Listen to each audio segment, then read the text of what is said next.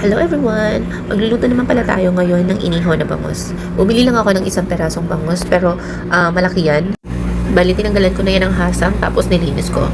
Siyempre, importante talagang malinis yung ating nilulutong pagkain. Tapos, naghiwan na pala ako dyan ng sibuyas at kamatis. Nilagyan ko rin po siya ng siling haba at isang perasong siling labuyo. Nilagyan ko siya ng pampalasa, asin lang, para magkaroon ng lasa yung ilalagay nating palaman sa ating bangus. Siyempre, bago natin siya ilalagay sa foil, lalagyan muna natin siya ng asin sa katawan niya. Naglagay din po ako ng maraming cheese. Optional lang po yan, depende po sa gusto ninyo. Tapos, saka natin siya babalutin ng foil. At ito na po ang ating inihaw na bangus.